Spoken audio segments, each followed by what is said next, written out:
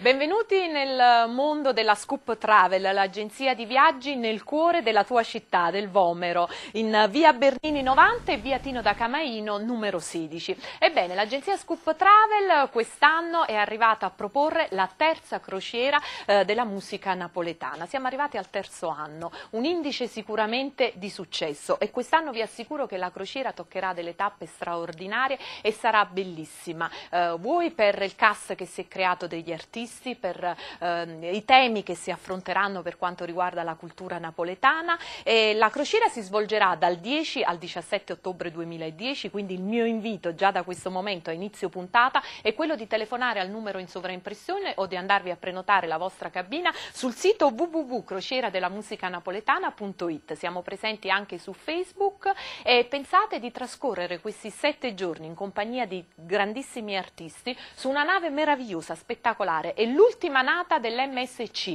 esattamente la Magnifica. Pensate, è stata inaugurata ultimamente, esattamente il 6 marzo ad Amburgo, e vi assicuro che è una nave spettacolare. Ne parleremo di questo e di altro ancora, come già abbiamo fatto nel corso delle altre puntate, con l'ideatore, con la mente della crociera della musica napoletana, con Francesco Spinosa, ormai un amico di tutti noi, mio e di tutti gli amici che parteciperanno e che hanno partecipato già alle scorse edizioni della crociera.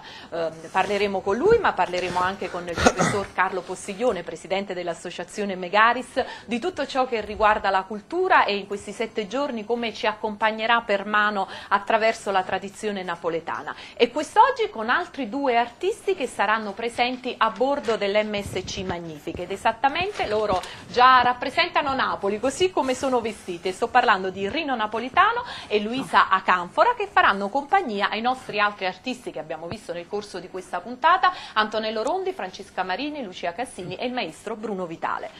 Francesco, adesso mi rilasso, tocca a te. Sì. Io ti ringrazio quando tu dici che io sono l'ideatore di questo evento che è favoloso, che sta avendo sempre più successo e favore di pubblico, ma questo evento esiste soprattutto perché c'è la collaborazione di tutte le persone carissime che mi aiutano nella realizzazione di questo evento. A partire dal professor Postiglione, dal professor De Gioia, da tutti gli artisti che nel corso degli anni si sono succeduti. Ecco, il professor De Gioia e Carlo, il professor Postiglione, è dal primo anno che ti seguono, quindi hanno creduto, vedi, dal primo momento. Sono pazzi come me, amanti della nostra città, e quindi pensa che loro poi fanno delle cose bellissime. In realtà vanno in tutte le città d'Europa e d'Italia, vengono chiamati grazie alla cultura napoletana, e loro si presentano lì con il loro bagaglio di esperienze e vanno a parlare in giro della nostra città.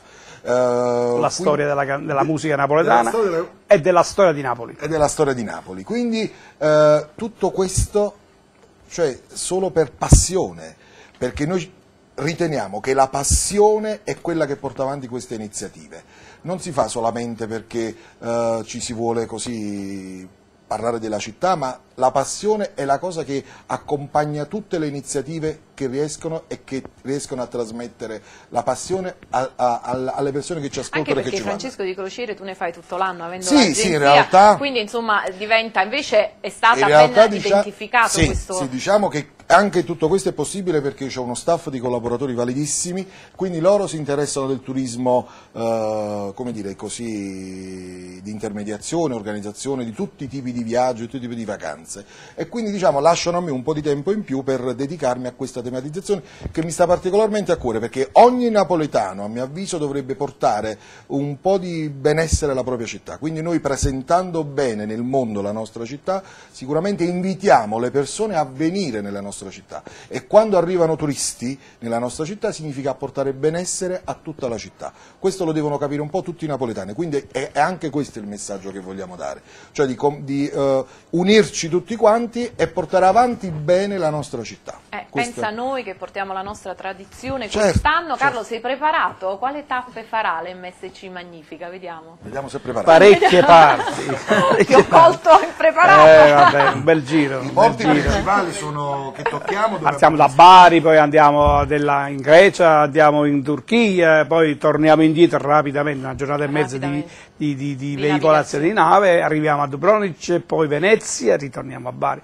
Sarà finita purtroppo. Preparato. Sarà Non finita. lo coglierai mai impreparato. Purtroppo ogni volta che si scende dalla nave dice mi è finito, peccato. Di queste tappe, secondo te, quale la loro cultura si avvicina un po' più alla nostra? Ma dunque io ho voluto fortemente la loro presenza, Francesco lo sa bene, era un po' titubante all'inizio per la maschera, la veste, non sapeva veramente, non conosceva il personaggio. Dopo quando l'ho visto la prima volta Bravo, mi mi reso conto, era ma importante la loro vi è più perché il Rino Napolitano ci sta facendo fare anche belle figure, portandolo in giro e facendolo esibire con la sua napoletanità a Bari, presso la Sanità di Bari, presso i Lions di Bari, della Puglia, viene chiamato spesso perché è un artista, senza togliere nulla agli altri, completo, poi con la sua che belli, Colombina, sono belli, poi sono veramente Colombina, belli. Maria Luisa Canfora, che in effetti fanno una coppia che dà garanzia, e noi sulla nave sarà presente, saranno onnipresenti perché dovranno muoversi e lavoreranno forse un po' più di tutti. Rino, la maschera principale, il simbolo di Napoli sicuramente è quello di Pulcinella, quindi sarà un po' l'emblema della crociera, di questa crociera, ma tu porti anche altri personaggi? Ci saranno? Innanzitutto mi scuso per la voce, ma ieri sera ho fatto tardi al San Carlino e come al solito Colombina fa sempre storia, non mi ha fatto dormire a casa, ho dormito a Piazza Plebiscito. Veramente, questa è la cosa principale. Questo è guaio. Invece la cosa bella che ne voglio dire è che io ho apprezzato tantissimo l'invito sia di Franco che di Carlo, perché è un invito a dare voce alla napoletanità. In un momento in cui, ecco come diceva spesso Franco, Napoli viene conosciuta o poco conosciuta per le sue bellezze e molto conosciuta per altre cose. E quindi è stato proprio colpire, prendere una palla a balzo. E Pulcinella ben si presta, perché se noi dobbiamo creare e cercare il riscatto della nostra città, dobbiamo passare necessariamente per i simboli. E Pulcinella è un simbolo, Pulcinella è uno dei simboli della nostra città, quindi va rivalutato, non un Pulcinella svilito, improvvisato. Poi tu ci racconti la Napoli del Seicento, quindi è una Napoli... Perché noi partiamo dalla commedia dell'arte, che nasce a Napoli 25 secoli fa, con le Atellane e con l'Immacus, Che bello.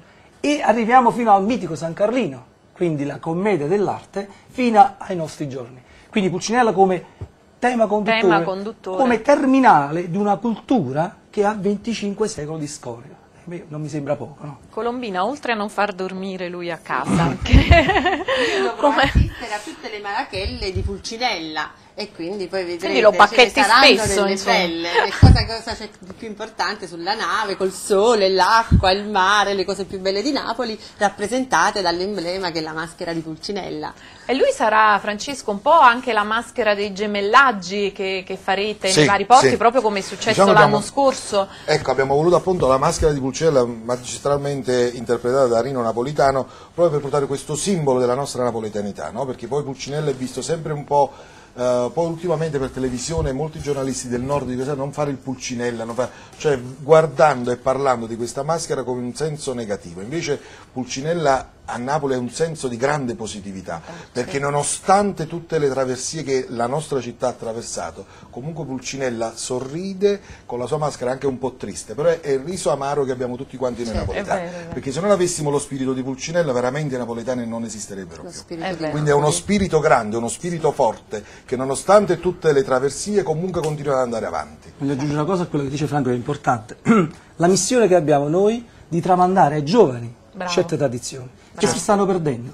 Allora io spesso lavoro con i ragazzi, con le scuole, e sto tentando anche con mio figlio Luca che ha 12 anni, e Carlo lo sa, di iniziarlo a queste cose. È la speranza, è il seme che noi lasciamo ai giovani. È importante, sì, è il futuro. Perché una grande cultura come la nostra, che è stata grande in tutti i campi, non c'è un campo che Napoli non ha toccato. Ma lo è, Rino, lo è in tutto il mondo. Tutto il mondo, e però deve essere comunque tramandata. E i giovani sono il seme, la nostra speranza. E perciò io apprezzo molto il lavoro che fanno questi due signori. E allora, in questa crociera dal 10 al 17 ottobre 2010, prenotando la vostra cabina in questo momento, innanzitutto portate a casa anche delle splendide borse, una per il maschietto e uno per la femminuccia, quindi per la coppia, e poi sicuramente sarete una settimana in compagnia di grandi artisti come Antonello Rondi, Francesca Marini, Lucia Cassini, Bruno Vitale, Rino Napolitano, Luisa Canfora e tutti gli amici della cultura, col professor Carlo Postiglione, col professor Di Gioia.